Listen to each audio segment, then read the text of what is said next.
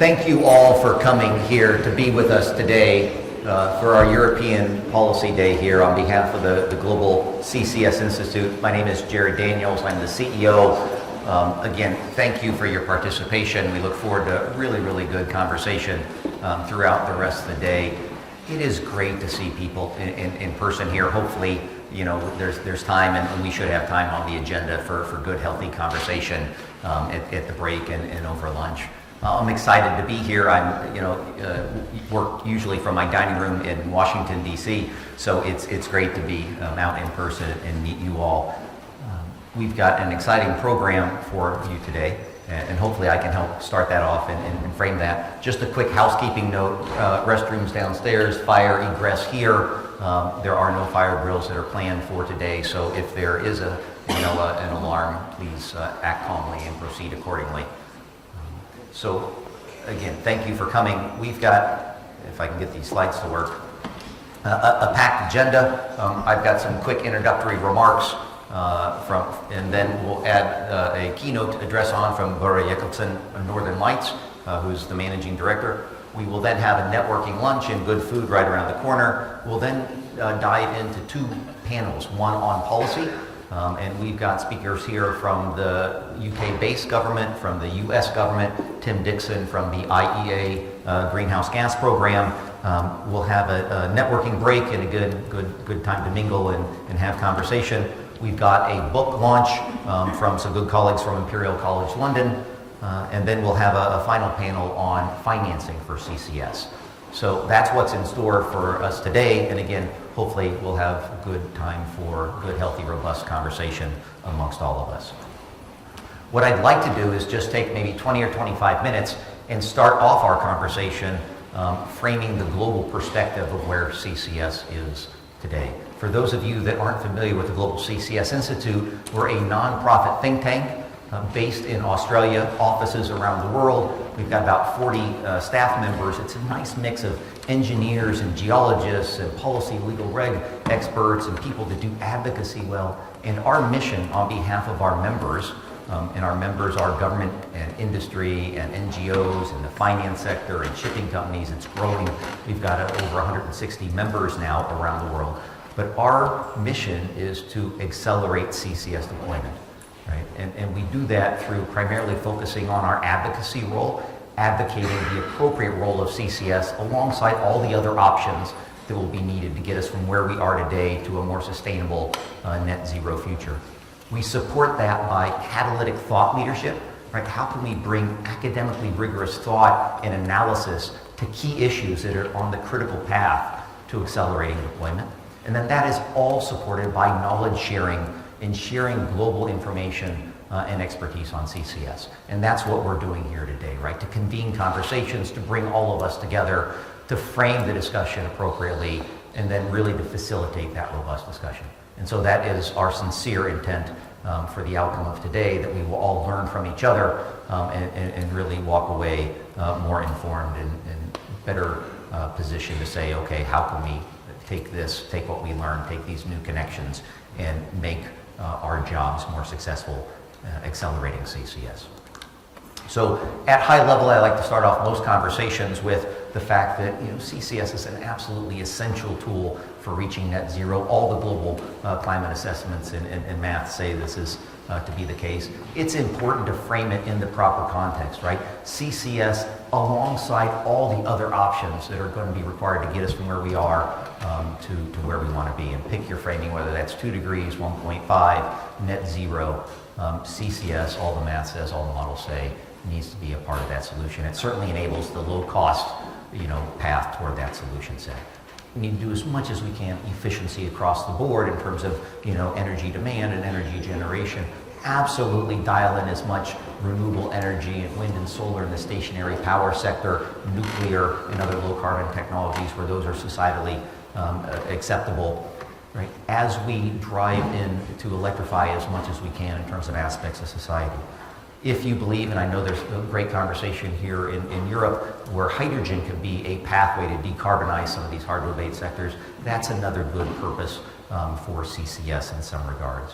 And finally, given we're woefully behind trajectories of where we want to be to get to a sustainable future, delivering net negative emissions, right? The net negative terms in the overall global climate models and assessment, that's a critical role for carbon capture and storage, carbon dioxide removal. And so at high level, it's nice to just frame the discussion alongside all the other options.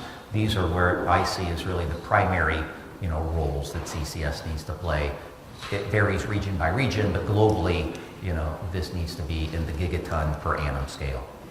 So at the Institute, we do a global status report every year. That's what the Institute is known for over a decade. And I've got, I'd like to just walk you through sort of what we see as sort of the core trends and data from a global perspective. Again, just to set the scene for today's discussion. In terms of demand drivers for CCS, we see this being driven by net zero commitments from governments and private companies and businesses alike. There's over 10,000 private companies that have net zero commitments. For many of those, CCS mathematically needs to be part of a solution. It's nice to see many governments, some of them are in the room, leaning forward with aggressive targets toward getting to net zero. And again, we'll have a slide later on to say where CCS fits into that overall conversation. The need for low carbon footprint, both for commodities and for energy and energy services delivered, how you balance energy resiliency and security with economic performance and strong environmental performance and carbon emission reduction, that's another driver for CCS.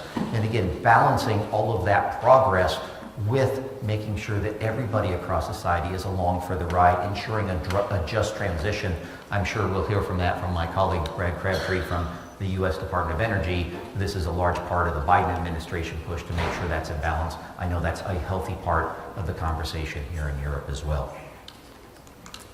In terms of what we see, this is an exciting time to be in the CCS community, right? The pipeline of projects that are now in operation or under development continue to grow for the 5th year that we've been tracking this year on year.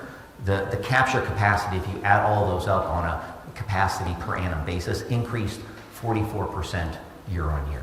Tremendous growth in interest of CCS momentum around the world, certainly here in the European theater.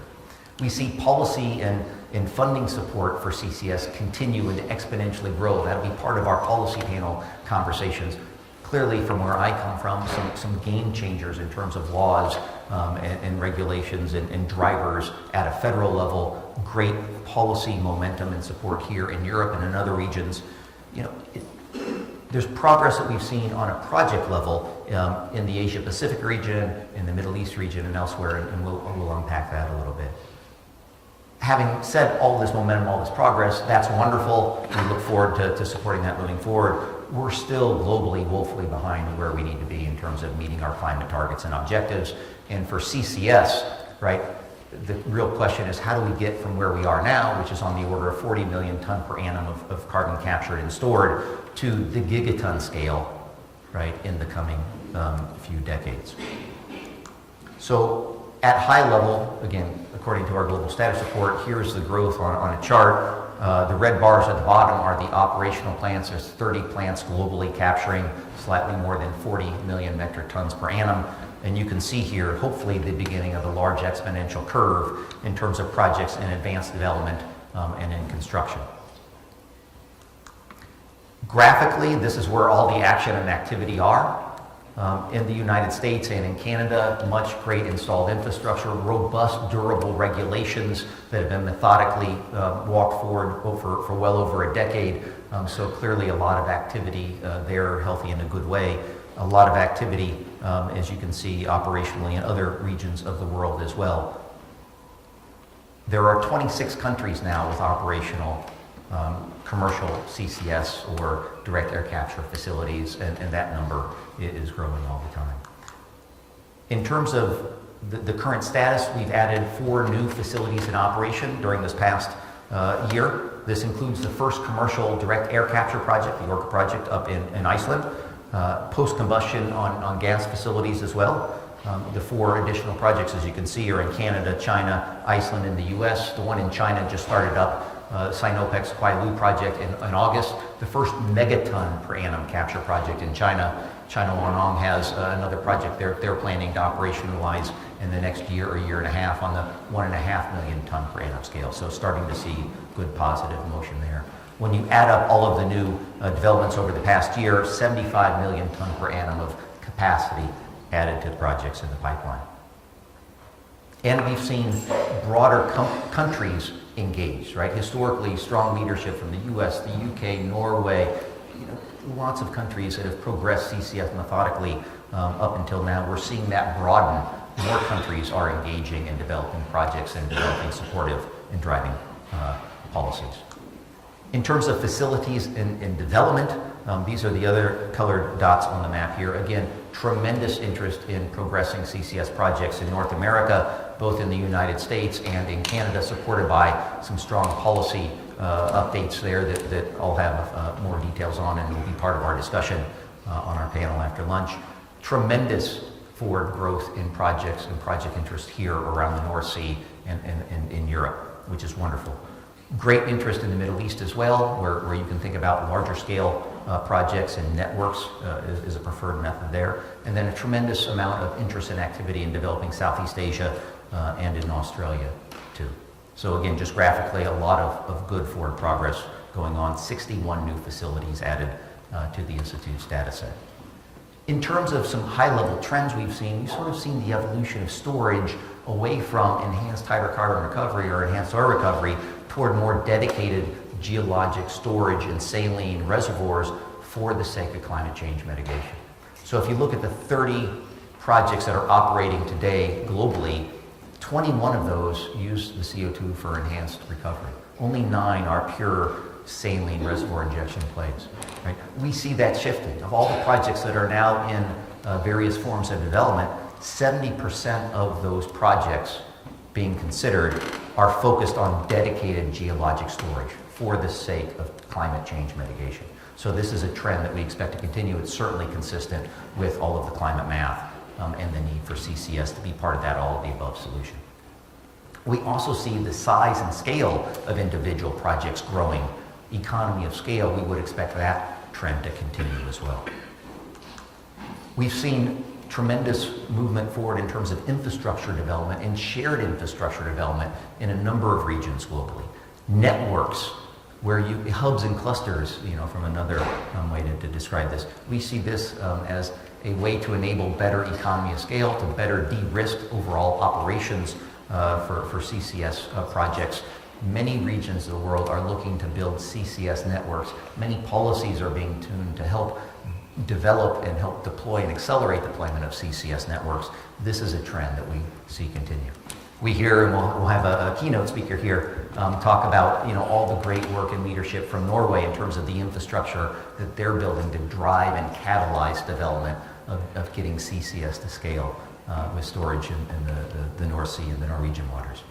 And building purpose-built ships, that's another mode and a new trend that we see in terms of shipping CO2 as a mode of transport in parallel to, in addition to, pipeline transport onshore. Interesting forward progress with the Orca project in Iceland, storage in ultramafic rock and basalt rock formations, carbon mineralization that can occur at speed, and again, good interest to deploy this approach in other regions, specifically in North America, for example. We've had a number of solid forward progress in terms of storage licensing rounds in a variety of regions around the world. We expect that to continue. And finally, the intersection of CO2 and carbon capture and storage with hydrogen supply and the infrastructure required for hydrogen delivery as part of a decarbonization strategy. Much interest and activity globally as well, developing Southeast Asia between Japan and Australia bilaterally, great policy support for hydrogen in the United States, interest in the Middle East. Again, this is a trend that's expected to continue. One of the other trends that we've noticed is the rapid increase in interest in carbon dioxide removal and primarily direct air capture. Right? Setting a backstop in terms of the cost and the price point for meeting our net zero goals mid-century. You can look at this technology as a backstop if and when society decides we want to aggressively go after climate change mitigation. CDR continues to gain momentum in many jurisdictions and in many policy conversations around the world. It is viewed mathematically as being critical to getting us to net zero, right? Carbon dioxide removal in the biosphere through afforestation, through better agricultural practices, carbon dioxide removal in the geosphere, strong, durable geologic storage of CCS is one of the strengths of carbon capture and storage in saline reservoirs on geologic timeframes, right? We have regulations that require durable geologic storage. You have monitoring verification approaches that require you to monitor and verify your safe, secure geologic storage. This is of extreme interest and value to the financial community that wants to invest in carbon dioxide removal and carbon offsets, right? That strong, durable storage is of interest in those conversations. This is some analysis, and again, caution economic modeling. It's only as good as the assumptions in what you put into your model. But there's an opportunity, if we can continue through R&D and learning by doing, to bring down the cost of direct air capture, again, to set that backstop cost. If you can get direct air capture down to on the order of $200 per ton avoided, that can literally save over $1 trillion US off the total price tag to meeting our climate targets. So again, another large and growing part of the broader conversation. At the Institute, part of our strategy is to lean forward on behalf of the broader CCS community and engage the financial sector so they better understand the role and the value proposition for CCS alongside all the other options that we'll need to be successful with in terms of decarbonizing society.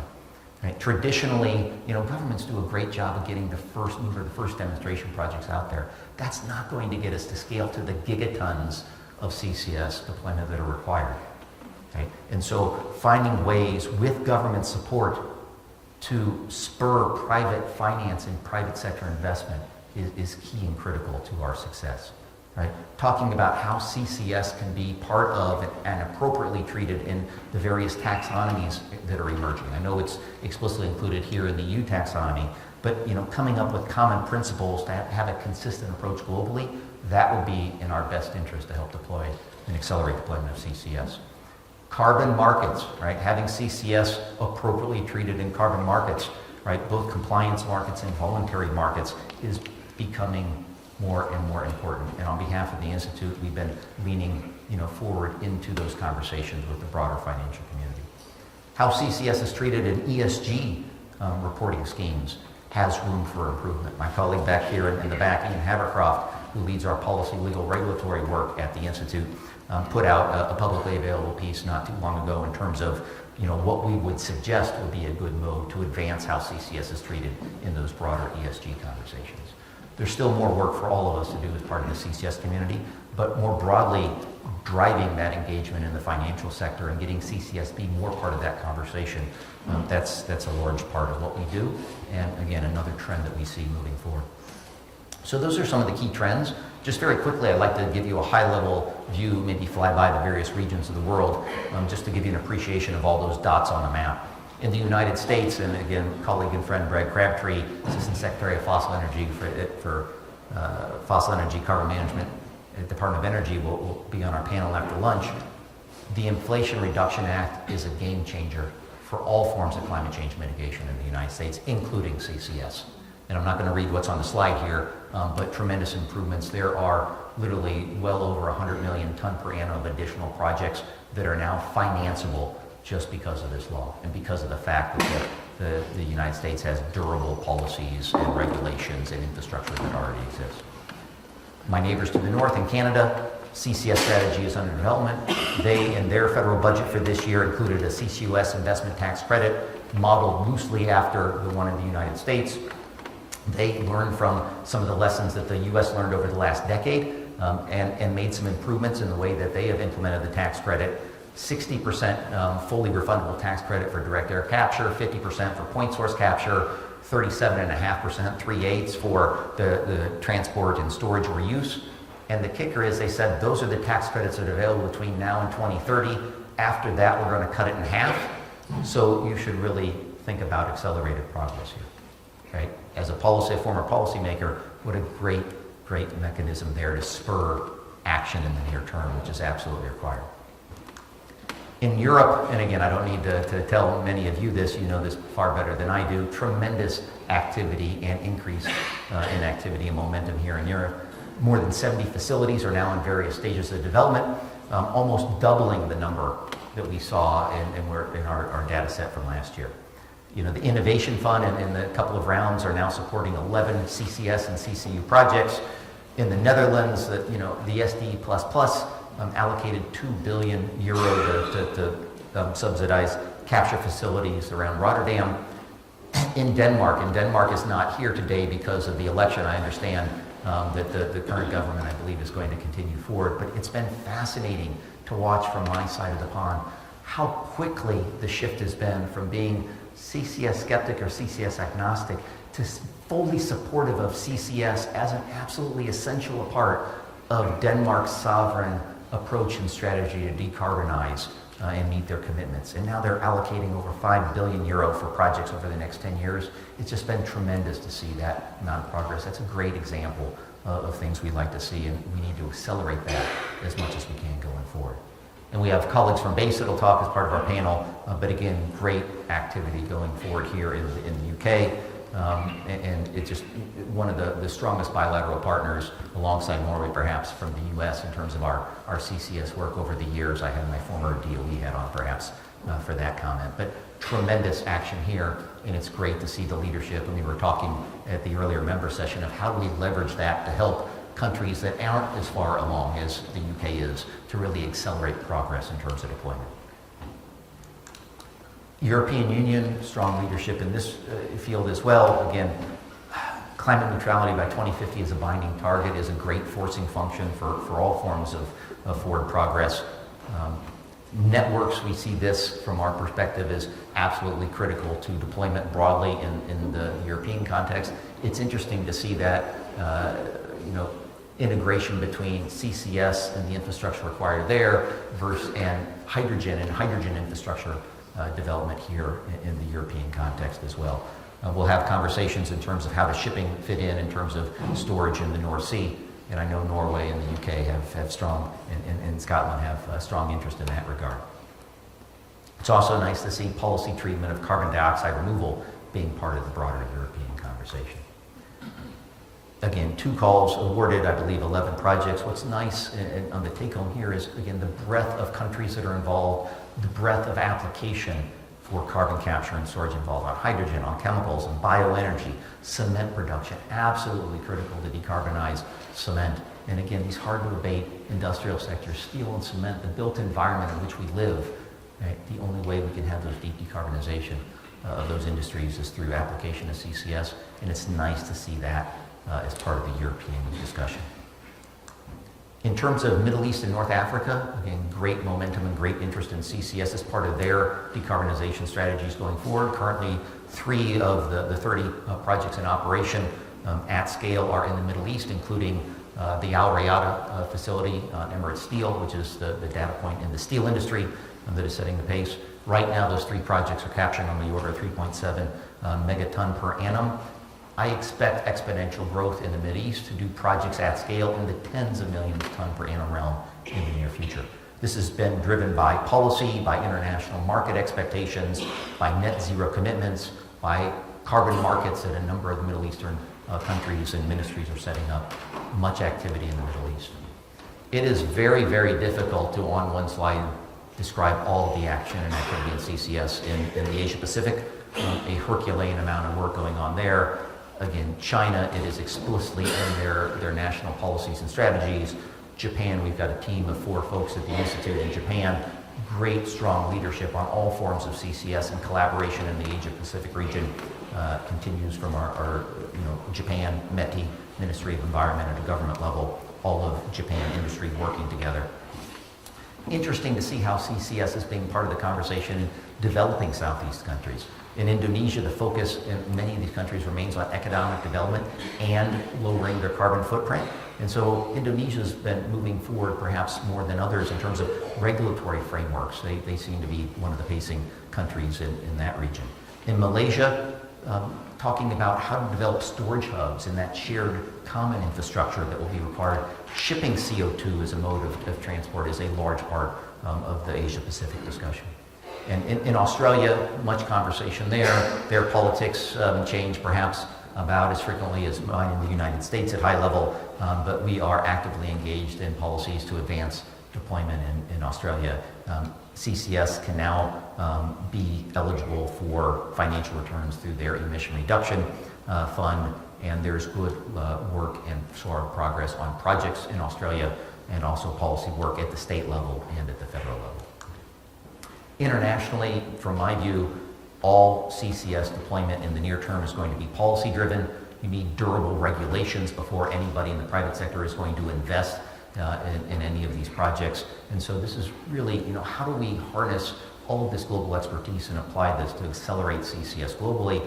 It's great to see CCS treated in publications such as the IPCC Working Group 3 report that came out earlier this year in terms of mitigating climate change, in the same sentence alongside solar and wind in terms of technology-enabled solutions, and the fact that we need all of these technologies deployed working together to meet our common goals.